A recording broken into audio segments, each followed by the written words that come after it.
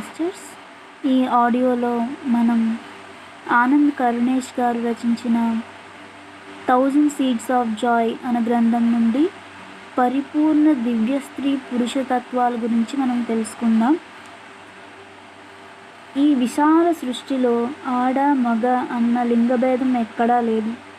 అది కేవలం ఒకానొక ఆలోచన మాత్రమే. కనుక ఆడవారిలో కేవలం స్త్రీతత్వం మాత్రమే ఉంటుందని, మరి మగవారిలో కేవలం పురుషతత్వం మాత్రమే ఉంటుందని మనం న్యాయ నిర్ణయం చేయలేం. పుట్టిన ప్రతి ఒక్క శిశువు కూడా పరిపూర్ణ స్త్రీ పురుష తత్వాలతో జన్మించి తన బాహ్య లక్షణాలను బట్టి తల్లిదండ్రులచే మరి సమాజంచే ఆడగా లేదా మగగా ధృవీకరించబడుతుంది. అలా ధృవపరచబడి మానసికంగా ఆయా పాత్రలలో జీవిస్తూనే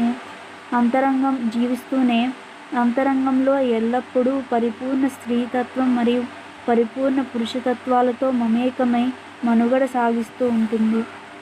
ఇదే పరిపూర్ణ దివ్య స్త్రీ పురుష తత్వాల యొక్క మౌలిక లక్షణం. ఇలా పరిపూర్ణ స్త్రీ పురుష తత్వాలతో జన్మించిన శిశువు క్రమంగా చిన్నప్పటి నుంచి తల్లిదండ్రులు మరియు సమాజం ద్వారా కొన్ని రకాల నమ్మకాల వ్యవస్థలను ఏర్పరచుకుని ఆ చట్రంలోనే ఎదుగుతూ ఉంటుంది. తీరా పెద్దయ్యాక తను నమ్మినవన్నీ ఆచరణలో గాలిబుడగల్లా పేలుతుంటే అయోమయానికి గురై అంతరంగంలో గాయపడిన స్త్రీ మరియు పురుష తత్వాలుగా మిగిలిపోతుంది. అలాంటి సందర్భాలలో అంతరంగంలో గాయపడిన ఆ శిశువు క్రమంగా ఇరుక్కుపోయిన భావనతో నిండి తన ఆత్మ ఎదుగుదలను తానే అణిచివేసుకుంటూ ఉంటుంది.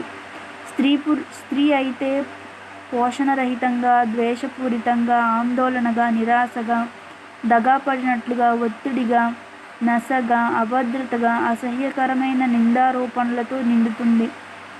అదే శిశువు పురుషుడైతే అహంకారంగా, పరాకుగా, అస్థిరంగా, నిస్తేజంగా మరియు హింసతో నిండిపోయిన ప్రమాదకరమైన వ్యక్తిగా పరిణమిస్తాడు. ఇలాంటి గాయపడిన స్త్రీ పురుష తత్వాలు ఒకదానితో మరొకటి పరస్పరం తలపడినప్పుడు ఒకదానితో ఒకటి పరస్పరం ప్రభావితం చేసుకుంటూ అంతరంగంలోనే కాకుండా బాహ్యంలో కూడా ప్రతి క్షణం భయంకరమైన యుద్ధ వాతావరణాలు సృష్టిస్తూ ఉంటుంది. ఉదాహరణకు, పరాకుగా ఉండే ఒకానొక గాయపడిన పురుషుడి యొక్క స్త్రీ ఇరుక్కుపోయిన భావనలతో నిండిన మనస్సు కలిగి ఉంటూ అదే పనిగా నిందారోహణలు చేసే స్వభావాన్ని పెంచుకుంటుంది. ఆ నిందారోహణలు విని మరింతగా గాయపడిన పురుషుడు నపుంసకుడిగా మారుతాడు. స్త్రీ పురుషుల ఇద్దరిలో ఎవరో ఒకరు సత్యాన్ని గుర్తించేంత వరకు ఈ పరంపర ఇలాగే కొనసాగుతూ ఉంటుంది. ఎప్పుడైతే ఇద్దరిలో ఒకరు సత్యాన్ని గ్రహించి తమలోని గూడు కట్టుకున్న సరికాని నమ్మకాల వ్యవస్థను ఛేదించి ఆత్మజ్ఞానయుతులుగా ఎదిగి తమలోని లేదా తమ భాగస్వామిలోని గాయపడిన స్త్రీ పురుష తత్వాలను గుర్తించి సరిదిద్దుకోవాలి. వారిద్దరి మధ్య ఉన్న ఘర్షణ వాతావరణం మాయమైపోయి చక్కటి సహృద్భావపూర్వకమైన సామరస్యత ఆ కుటుంబంలో నెలకొంటుంది. పూర్వకాలంలో ముఖ్యంగా మాతృస్వామ్య వ్యవస్థలో అమ్మాయిలు మరియు అబ్బాయిలు ఇద్దరూ కూడా చిన్నప్పటి నుంచే ఏ విధమైన లింగ వివక్షతకు గురికాకుండా పెరుగుతూ తమ చుట్టూ చక్కటి సామరస్యపూర్వకమైన వాతావరణాన్ని సృష్టించేవారు. అయితే రాను రాను పురుషాధిక్య సమాజం యొక్క వాతావరణం, ఛాందస భావాలు సమాజంలో పాతుకుపోవడంతో మగపిల్లవాడినే కనాలి అన్న బలవంతపు అభిప్రాయాలకు స్త్రీ జాతి తలవంచాల్సి వచ్చింది. ఈ పిచ్చి పరాకాష్ఠకు చేరుకొని ఇక మగపిల్లవాడిని కంటేనే నా జీవితానికి రక్షణ ఉంటుంది అన్న హీన సంస్కారం ఆడవాళ్ళలో కూడా ప్రబలిపోయింది.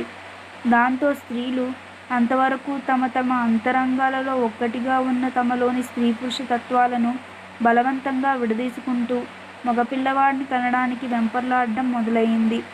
దీనికి తోడు మతాలు మరియు ఆధ్యాత్మిక సంస్థలు అన్నీ కూడా ప్రకృతికి విరుద్ధమైన ఈ వాద భావజాలాన్ని మరింతగా ప్రచారం చేయడంతో గాయపడిన స్త్రీ పురుష తత్వాలతో కూడిన స్త్రీ జాతి అంతా కూడా ఆత్మ పరిణామ క్రమంలో మరింతగా వెనుకబడిపోయింది. పురుషాధిక్య సమాజం యొక్క తీవ్రతర అహంకార ధోరణుల వల్ల అణచివేయబడిన మానవజాతిలోని ఈ స్త్రీతత్వం అంతా కూడా భయాందోళనలో మునిగిపోయి మనకు ఎంతో ఇష్టమైన కుటుంబ నిర్వహణ మరి పిల్లల పెంపకాన్ని కూడా ఆనందించలేకపోతుంది. దానికి తోడు అణచివేతకు గురి అవుతున్న వారిలోని అగ్నితత్వంతో కూడిన లైంగిక భావాలు స్వేచ్ఛగా బయటికి ప్రకటించబడలేక ఎప్పుడు విస్ఫోటనం చెందుతాయో తెలియని అగ్నిపర్వతంలా మారి వాళ్లను పరమ గయ్యాళులుగా మరియు హిస్టరిక్ రోగులుగా మారుస్తున్నాయి.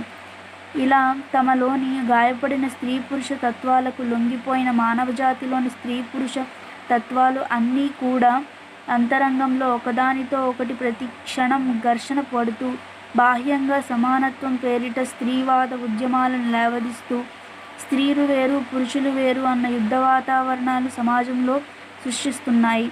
ఈ సకల అనర్థాల నుంచి మానవజాతి సంపూర్ణంగా విముక్తి చెందాలి అంటే స్త్రీ పురుషులంతా కూడా తమలో ఉన్నది దివ్య స్త్రీ పురుషుల తత్వాల యొక్క ఔన్నత్యాన్ని గుర్తించుకోవాలి.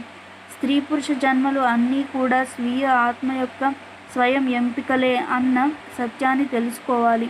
ఇతరులలో ఉన్న స్త్రీ పురుష తత్వాలను గుర్తించి గౌరవించాలి. ఈ సృష్టిలో ఆడ మగ అన్నవి బాహ్యంగా కనిపించే లింగ భేదాలే తప్ప అంతరంగంలో ప్రతి ఒక్క స్త్రీ కూడా పురుషుడే, మరి ప్రతి ఒక్క పురుషుడు కూడా స్త్రీయే అన్న అర్ధనారీశ్వర తత్వాన్ని గుర్తించుకోవాలి. అలా ప్రతి ఒక్క స్త్రీ మరి ప్రతి ఒక్క పురుషుడిలోని దివ్య స్త్రీ పురుషతత్వాలు ఒకదానితో ఒకటి సమాగమం చెంది అర్ధనారీశ్వర తత్వంతో శివతాండవం చేసిన నాడు తద్వారా వెలుపడే దివ్య ప్రకంపనలు ఈ భూమిని ఎంతగానో స్వస్థతపరుస్తాయి. ఆ రోజు మరెంతో దూరంలో లేదు. మూల గ్రంథం 1000 Seeds of Joy. Thank you masters.